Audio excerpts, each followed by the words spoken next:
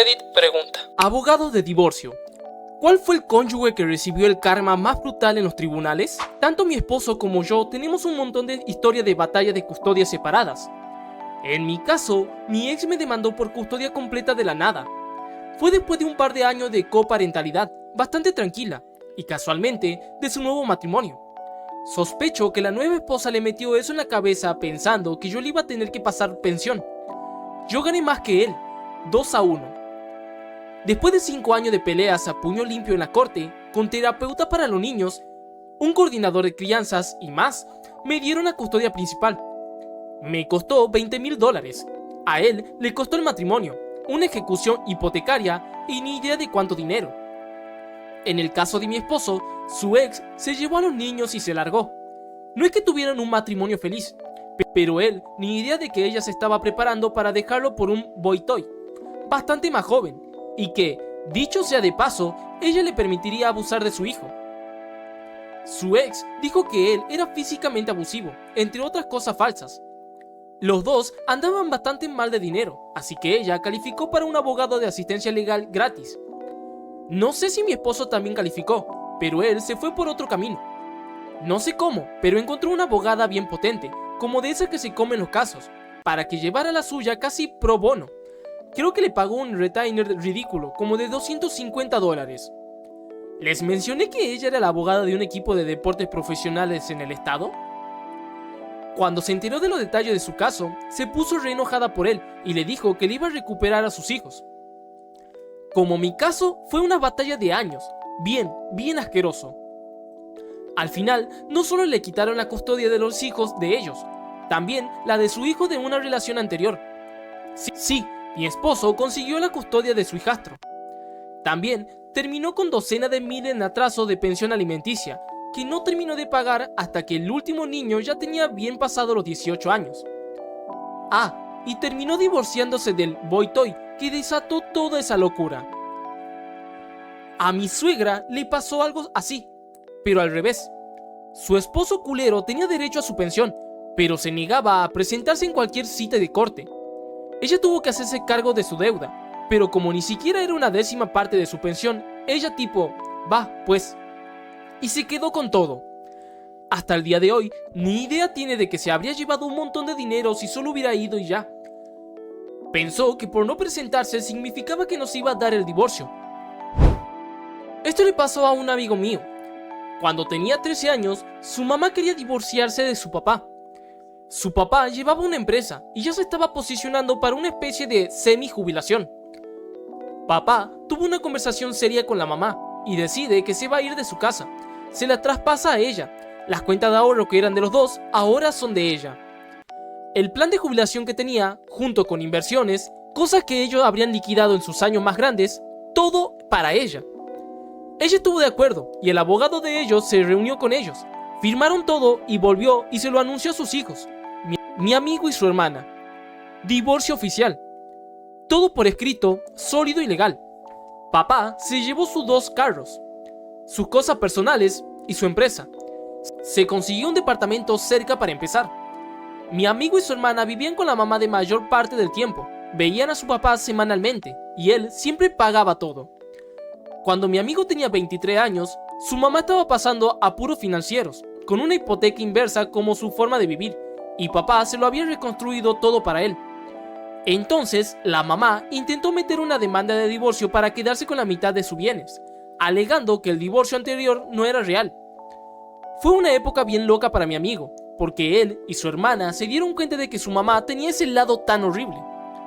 Sus abuelos, los papás de la mamá, su hermana y él tuvieron que hacerles varias intervenciones para frenarla, porque estaba dispuesta a llegar hasta el final con todo eso. Yo creo que en la farsa de Discovery o algo similar, el caso se tiró porque había papelería y todo se había hecho legalmente. Eso cambió la forma en que ellos veían a ambos papás, y mi amigo y su hermana ahora están mucho más cerca del papá. Mi ex y su familia se enteraron, por el típico chisme de siempre, que yo había caído en una herencia grande. Estábamos hablando de millones, y además derechos a patentes que iban a generar ingresos constantemente. La realidad es que yo había sido el albacea de la herencia de un amigo mayor que en realidad era multimillonario, pero que se deshizo de su fortuna y lo donó a caridad. O sea, me arrastraron a corte de familia mi ex y sus papás para que mi ex se quede con su parte del pastel. No fue por los hijos, porque mis suegros, la verdad, son bastante pudientes por su cuenta, y mi ex y los chicos vivían con los abuelos. Y encima todo eso lo estaban pagando ellos, los gastos diarios, además de las cuentas legales de mi ex. Eso se demostró durante el juicio de divorcio. El juez escuchó el testimonio y acepta las pruebas después de 2 fechas de corte. Yo presento registros y evidencia bien completos. Además, justo había perdido mi trabajo en finanzas en la caída económica de Estados Unidos de 2008, y eso también quedó asentado. El juez dijo que su fallo se le entregaría a las partes involucradas y a sus abogados. 2 semanas después me llega la sentencia. No se otorgarían fondos extras a mi ex para la manutención de los hijos. Además, como ahora ya llevaba más de 6 meses desempleado y no parecía que en el corto plazo me fuera a salir un trabajo para el que yo estaba calificado, la manutención de mi hijo se mantendría en el mínimo que exige la ley, que son $25 al mes. Yo habría dado mi brazo derecho por estar de mosca en la pared cuando mi ex y sus papás leyeron la decisión del tribunal. No soy abogada de divorcios, y técnicamente esto ni siquiera fue un divorcio. Fue una audiencia relacionada con custodia y manutención. Una amiga muy cercana estaba enfrentándose a su ex en un proceso de custodia. Ella es negra y él es blanco, y esto fue importante porque él intentó presentarla ante el tribunal como el estereotipo de la mujer negra enojada. Llegó a la corte con una lesión en la cabeza y afirmó que ella se la había provocado. Esto ocurrió a principios de los años 2000, cuando enviar fotos y videos por teléfono todavía no era algo rápido ni sencillo. Yo estaba trabajando, sentada en mi escritorio, cuando ella me llamó usando el celular de un desconocido. Me pidió que buscara en internet un boletín de waterpolo que tuviera una foto de la lesión que él había sufrido durante su último partido. Después de investigar, encontré el artículo. Se lo envié por fax al tribunal y, cuando volvieron a entrar a la sala, él comenzó a contar su versión de los hechos. En ese momento, la jueza sacó el documento que había recibido por fax y le preguntó: «Entonces, esta lesión ocurrió jugando waterpolo, ¿verdad?». Su historia se vino abajo inmediatamente. Mi amiga terminó obteniendo la custodia completa y la manutención que correspondía. Ojalá hubiera podido estar presente para ver la cara de él cuando la jueza descubrió la verdad. Esto me recuerda a una historia que me contó un amigo que trabaja como abogado de seguros. Hubo un accidente de auto donde una mujer afirmaba haber sufrido una lesión grave en la espalda y decía que ya no podía trabajar. Durante la investigación, mi amigo encontró fotos de ella participando en carreras de larga distancia publicadas en sus redes sociales. Además, encontró los resultados oficiales de una competencia donde aparecía su nombre. Al parecer, su supuesta incapacidad no era exactamente como la había descrito. Algo parecido le pasó a mi hermana menor. Le presté mi auto para que fuera a comprar comida. En un semáforo, el auto de adelante frenó de golpe justo cuando la luz cambió. Mi hermana reaccionó y frenó también, pero no alcanzó a detenerse a tiempo y le dio un pequeño golpe por detrás. El impacto fue tan leve que ninguno de los 2 vehículos tuvo daños importantes. La otra conductora bajó del auto y casi inmediatamente empezó a decir que tenía dolor en el cuello y la espalda por el accidente. La policía llegó, hizo el reporte y mi hermana quedó muy preocupada. Unas semanas después recibimos una carta donde la mujer anunciaba que estaba demandando tanto a mi hermana como a mí por haberle prestado el vehículo. Como el auto tenía seguro, la compañía asignó abogados para investigar el caso. Durante la investigación descubrieron que esa persona ya había presentado una reclamación similar anteriormente y que había recibido una compensación importante por otro accidente. Además, encontraron publicaciones en sus redes donde aparecía corriendo carreras, a pesar de haber afirmado que no podía trabajar debido a sus lesiones. Los abogados del seguro se reunieron con mi hermana, le mostraron las pruebas y le dijeron que no tenía de qué preocuparse. Poco después nos informaron que la demanda había sido retirada. Supongo que cuando los abogados de la otra parte vieron toda la evidencia entendieron que no iban a conseguir nada. Un amigo mío se casó con una persona del mundo del entretenimiento que tenía una hija de un matrimonio anterior.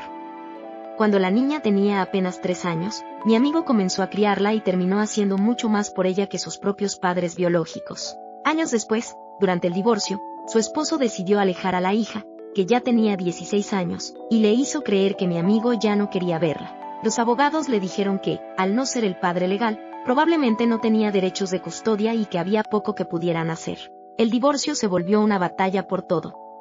Su ex hacía difícil cada paso del proceso, pero el juez comenzó a darse cuenta de su actitud. Finalmente programaron una audiencia en Nueva York. Él no apareció y sus abogados dijeron que no podía pagar el vuelo desde Los Ángeles. El abogado de mi amigo contrató a un investigador privado, quien descubrió que no estaba imposibilitado para viajar, estaba de vacaciones en Hawái con su nueva pareja. Cuando la jueza vio las pruebas, se enfadó muchísimo. Ordenó que lo llevaran de vuelta a Nueva York para responder por sus acciones y también cuestionó seriamente la conducta de sus abogados. Sin embargo, le dio una última oportunidad. Si ambas partes llegaban a un acuerdo en pocos días, retiraría las sanciones. Mi amigo consiguió finalmente un acuerdo justo en cuanto a dinero y propiedades, además de algo que para él era mucho más importante, una reunión privada de varias horas con su hijastra. Su ex intentó convencerlo de que apoyara la historia de que la niña tampoco quería verlo, pero mi amigo se negó. Le dijo que no habría acuerdo si él no era honesto con su hija. Al final, él aceptó decir la verdad. La relación entre ellos se recuperó y, décadas después, ella todavía mantiene contacto con mi amigo. Incluso asistió a su boda cuando ya era adulta. A veces, la verdad tarda en salir, pero cuando llega el momento adecuado puede cambiar completamente el resultado de una batalla legal.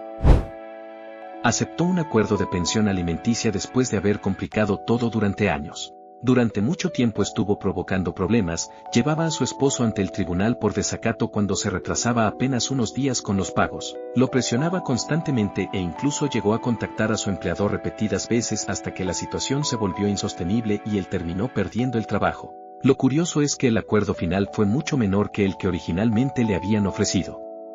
En ese momento, ella no quería pagos mensuales, quería recibir una cantidad completa de una sola vez porque estaba pasando por problemas económicos. Cuando recibió el cheque, creyó que había ganado. Incluso les presumía a otras personas que había conseguido un gran acuerdo de divorcio. Pero había un detalle que no sabía: el cheque estaba hecho a nombre de su abogado, no directamente a ella. Como había gastado muchísimo dinero durante todo el proceso legal, cuando finalmente se hicieron las cuentas, prácticamente no recibió nada. La expresión de su cara al descubrir que ese dinero no estaba disponible para ella fue inolvidable. Además, insistió en quedarse con la casa y se la concedieron junto con la hipoteca. El problema fue que no pudo mantener los pagos. La vivienda terminó en ejecución hipotecaria y, cuando llegó el momento de abandonarla, se negó a hacerlo hasta que las autoridades tuvieron que intervenir. Durante el proceso de divorcio también había destruido pertenencias de su esposo, vendido algunos vehículos y se había negado varias veces a permitirle recoger sus cosas en las fechas establecidas por el tribunal. Llegó a acosarlo constantemente hasta que él consiguió una orden de restricción. Incluso después de eso siguió incumpliéndola y terminó pasando un tiempo en prisión. Al final, todas las acciones que había tomado para perjudicarlo terminaron afectándola a ella. Trabajo en un despacho de abogados. Normalmente nos dedicamos a casos penales, pero en una ocasión aceptamos llevar un divorcio como favor para un conocido del jefe. Nuestra clienta quería divorciarse porque estaba convencida de que su esposo le era infiel. Él lo negaba completamente. Ella insistía en que era verdad. Durante la investigación, el otro despacho encontró pruebas de que él había comprado servicios en un club para adultos. Aún así, él negó haber estado allí.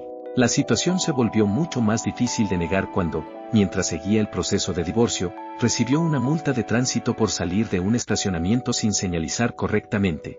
El detalle importante era que ese estacionamiento pertenecía precisamente al club en cuestión y prácticamente solo lo utilizaban sus clientes. Además, el vehículo estaba registrado a nombre de su esposa, por lo que la multa terminó llegando directamente a ella. Después de eso, el caso fue mucho más sencillo de resolver. Intentar negar que habías estado en un lugar específico y terminar recibiendo una multa en el estacionamiento privado de ese mismo lugar, usando un vehículo registrado a nombre de la persona de la que te estabas divorciando, fue una coincidencia bastante difícil de explicar. Comentario adicional: algunas personas señalaron que un abogado penal normalmente no se especializa automáticamente en derecho familiar, y tienen razón en algo importante: son áreas legales diferentes y requieren conocimientos específicos. Además, en muchos lugares la infidelidad por sí sola no tiene un impacto significativo en la división de bienes o la custodia. Lo que suele importar son factores como las finanzas, los acuerdos, el bienestar de los hijos y el cumplimiento de las obligaciones legales. El cónyuge que intentó ocultar parte de sus bienes dentro de una colección que tenía como hobby, solo para descubrir que el juez también era aficionado en ese mismo pasatiempo y conocía perfectamente el valor real de cada pieza. Ver cómo la tasación iba desarmando toda su mentira en tiempo real fue increíble. Fue uno de esos momentos en los que la justicia simplemente hizo su trabajo. Aclaro que no soy abogado y que esto no ocurrió en Estados Unidos, sino en Francia. Mi papá hizo todo lo posible para alargar el proceso de divorcio porque estaba muy molesto de que mi mamá hubiera sido quien pidió la separación. Se negó absolutamente a todas las negociaciones relacionadas con el reparto de bienes y las finanzas. Durante 5 años rechazó cada propuesta que le presentaban. Al final, el juez le advirtió que aceptaba llegar a un acuerdo o sería declarado en desacato. Cuando por fin terminó el divorcio, llegó el momento de pagar los costos judiciales. Lo normal es que ambos cónyuges compartan ese gasto, aunque no siempre en parte iguales. Sin embargo, en este caso, la jueza estaba cansada de todas las trabas que había puesto mi papá, que decidió hacerle pagar absolutamente todos los costos del proceso. El abogado de mi mamá dijo que jamás había visto una decisión así en toda su vida. Y para colmo, mi papá ganaba alrededor de 10 veces más dinero que mi mamá. La verdad, me alegra que el tribunal se pusiera del lado de tu mamá. En mi caso, vivo en Estados Unidos y el divorcio de mis padres tardó casi 10 años por razones muy parecidas.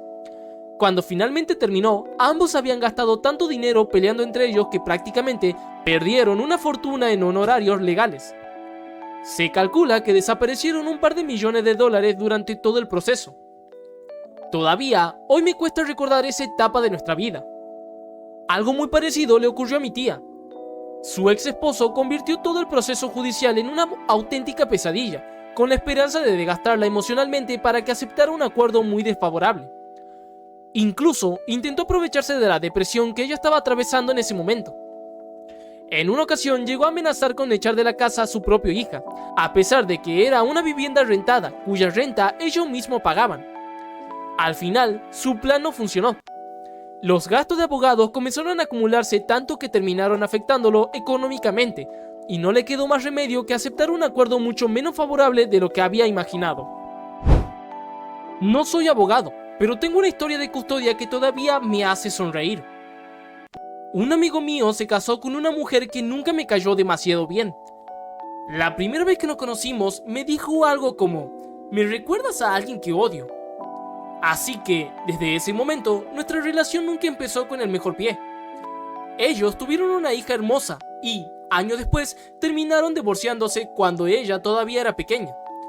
Con el tiempo, mi amigo rehizo su vida, se casó con una persona mucho mejor para él y tomó algunas decisiones profesionales que terminaron dándole una buena estabilidad económica. Mientras tanto, su hija empezó a pasar cada vez más tiempo con él. Poco a poco quedó claro que prefería estar en su casa, así que mi amigo decidió solicitar la custodia principal. Antes de ir a tribunales, intentó llegar a un acuerdo con su ex. Le dijo que él asumiría la mayor parte del cuidado, que no estaba buscando dinero de ella, y que incluso estaba dispuesto a ayudarla económicamente para que cuando la niña estuviera con ella, pudiera hacer actividades y pasar buenos momentos juntas. Ella rechazó la propuesta y decidió llevar el caso a la corte. Hay que aclarar que ella nunca tuvo la misma estabilidad económica que él. Durante el proceso, la hija habló sobre cómo era la situación en ambas casas y explicó la diferencia entre el ambiente que vivía con cada uno de sus padres. También habló de la relación cercana que tenía con su papá.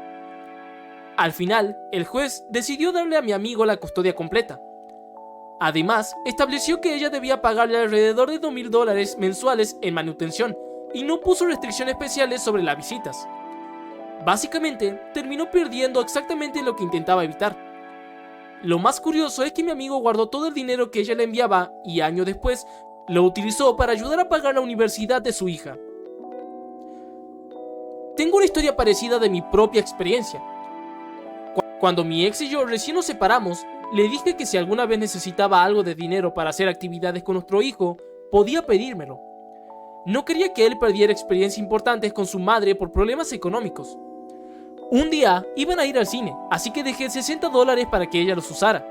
Mi única condición era que no le dijera que el dinero venía de mí. Mi idea era simple, que salieran, se divirtieran y crearan buenos recuerdos.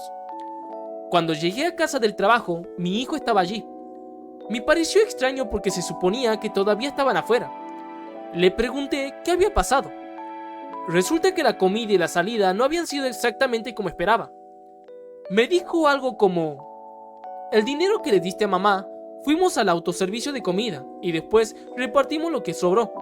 Me compré una hamburguesa, unas papas y me quedaron $19, así que regresé. Después de eso, dejé de intentar mantener una buena relación entre los dos adultos. No soy abogado, pero esto me recuerda mucho a lo que ocurrió a mi papá cuando ganó mi custodia en los años 70. No hubo pensión alimenticia, ni un acuerdo de visita obligatorio para mi madre biológica. Desde mi perspectiva, fue uno de esos casos raros donde el divorcio terminó de la mejor manera posible. Un padre que realmente quería cuidar de su hijo obtuvo la responsabilidad principal y pudo darle una vida estable.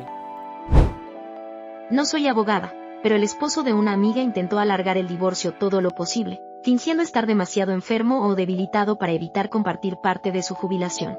Durante una audiencia, a mi amiga le estaban interrogando sobre unas deudas compartidas. En un momento, el abogado le preguntó: ¿no te estás divorciando de él precisamente para evitar hacerte cargo de esas deudas? Ella respondió inmediatamente: no. Me estoy divorciando de él porque intentó acercarse de una manera inapropiada a mi hermana. La mecanógrafa y el secretario tuvieron que cubrirse la boca para intentar no reírse.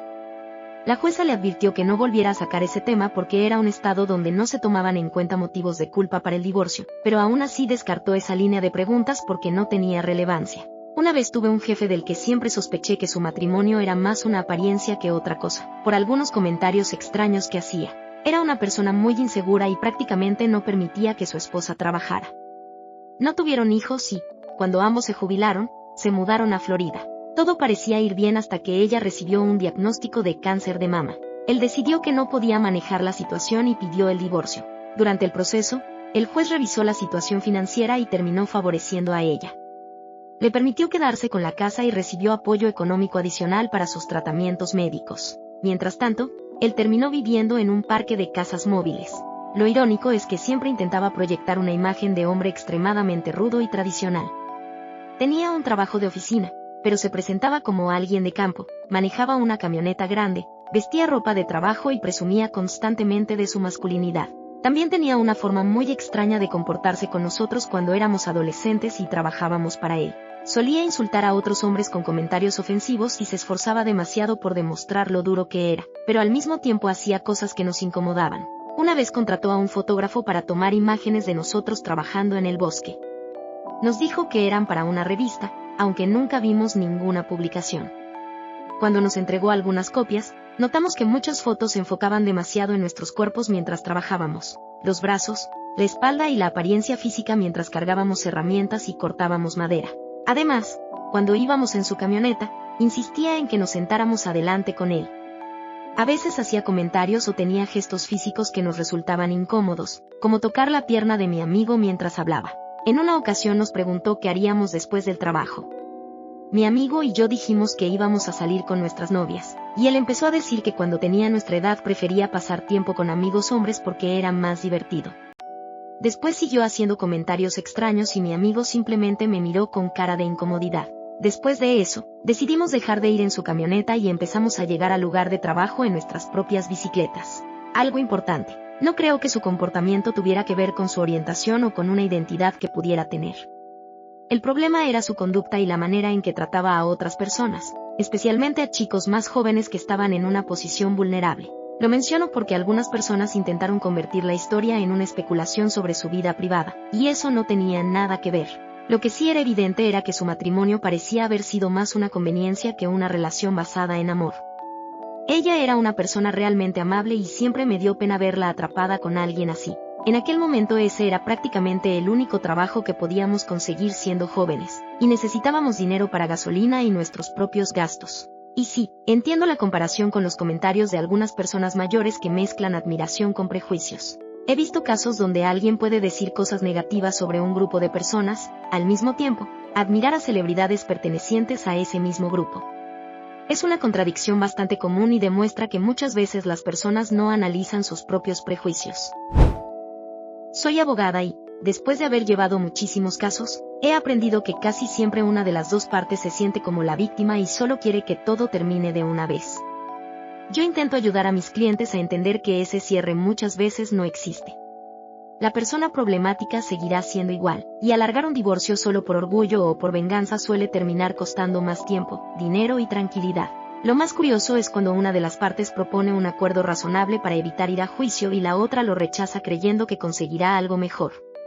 Al final, terminan descubriendo que el acuerdo original era mucho más conveniente. Una amiga de la Facultad de Derecho vivió algo parecido. Ella solo le pedía a su expareja ayuda para comprar pañales y cubrir algunos gastos del bebé. Él, molesto porque se lo recordaba seguido, decidió demandarla pensando que saldría beneficiado. El juez terminó fijando una manutención muchísimo más alta de la que ella le había pedido desde el principio. Por no aceptar un acuerdo sencillo, acabó pagando mucho más. Estos son algunos casos que todavía recuerdo. El ex de mi tía estuvo a punto de cometer el mismo error. Nunca se casaron, pero tuvieron un hijo en común. Además, ella ya tenía una hija cuando comenzaron su relación.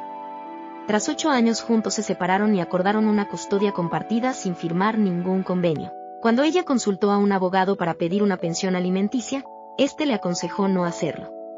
Mi tío ya pagaba la escuela privada, las actividades extracurriculares y el seguro médico de ambos niños, incluida la niña que legalmente no era su hija. Si ella llevaba el caso ante un juez, probablemente habría terminado pagándole manutención a él por el hijo que compartían, y además él habría podido dejar de cubrir los gastos de la niña. Lo mejor de la historia es que, años después, mi tío decidió adoptarla oficialmente porque siempre la consideró parte de su familia. Algo parecido ocurrió con mis padres. Mi mamá había dejado una pensión alimenticia mucho más baja de lo que realmente correspondía porque sabía que mi papá administraba muy mal su dinero. Aún así, él decidió demandarla para intentar pagar menos. El resultado fue el contrario al que esperaba. El juez revisó sus ingresos reales y prácticamente duplicó la pensión. Mi mamá había tratado de ayudarlo incluso cuando atravesaba problemas emocionales, pero él seguía culpándola de todos sus problemas. Al final, fue él quien terminó perjudicándose por no aceptar un buen acuerdo. Cuando mi ex y yo nos divorciamos, firmamos una custodia compartida. En la práctica, nuestro hijo pasaba la mayor parte del tiempo conmigo, pero yo solo quería terminar el proceso. Años después heredé una importante cuenta IRA tras la muerte de mi padre. Mi ex aseguró que yo había ocultado bienes y rechazó cualquier mediación. Cuando llegamos a juicio, el juez determinó que no tenía derecho a recibir nada de la herencia. Además, parte de los préstamos estudiantiles que yo había adquirido durante el matrimonio también pasaron a ser responsabilidad suya. No solo perdió el caso, sino que terminó con una deuda que jamás imaginó asumir. Mi ex tenía un grave problema con el alcohol. Después de ocultarme durante meses los documentos de la ejecución hipotecaria y el desalojo de nuestra casa, decidí irme. Cuando inicié el divorcio, intentaron localizarlo en varias direcciones, pero siempre evitaba recibir las notificaciones. Finalmente, tuvieron que notificarlo mediante una publicación en el periódico, algo que todavía permite la ley donde vivo. Al final, el divorcio siguió adelante sin él. A mí también me ocurrió algo parecido, pero desde el otro lado. Después de separarnos, yo pagaba voluntariamente mucho más de la pensión que me correspondía por mi hijo y también ayudaba económicamente a mi hijastra. Sin embargo, mi ex empezó a impedirme ver a los niños por puro rencor. Le advertí que, si seguía haciéndolo, dejaría de pagar ese dinero extra. Ella me amenazó con llevar el caso ante la CSA, convencida de que me obligarían a pagar todavía más y a cubrir todos los atrasos. Cuando la agencia revisó el caso, determinó que no debía ningún pago atrasado y que únicamente tenía la obligación legal de mantener a mi hijo, ya que la responsabilidad sobre mi hijastra correspondía a su padre biológico. Al final, por actuar movida por el rencor, obtuvo exactamente el resultado contrario al que esperaba. Después conseguí una orden judicial para garantizar mi derecho a seguir viendo a mi hijo. No es un divorcio, es un caso de custodia. La pareja joven y la exnovia eran bien controladores durante toda la relación. O sea, en plan, le mandaba mensaje todos los días y toda la noche, incluso cuando él estaba trabajando. Al final, se cansó y se fue. En el momento en que él se fue, ella le quitó por completo a él el acceso al niño. 2 años de la vida de sus hijos que se perdió, y el niño tenía 2, o sea, básicamente se le olvidó su propio papá.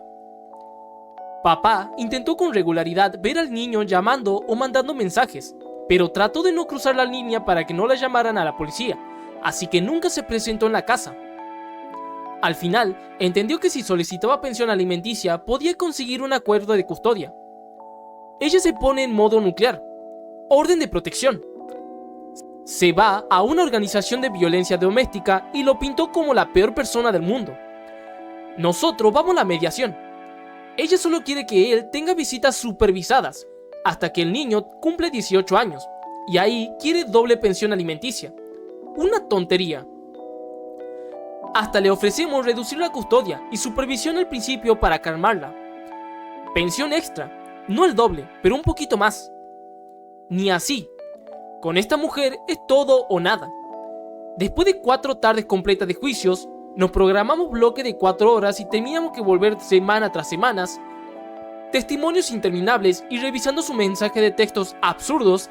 A mi cliente le dan visitas ampliadas, pensión mínima, él ganaba muy poquito, y hasta disuelven la orden de protección. El juez se desquita con ella. De verdad, odio el derecho de familia.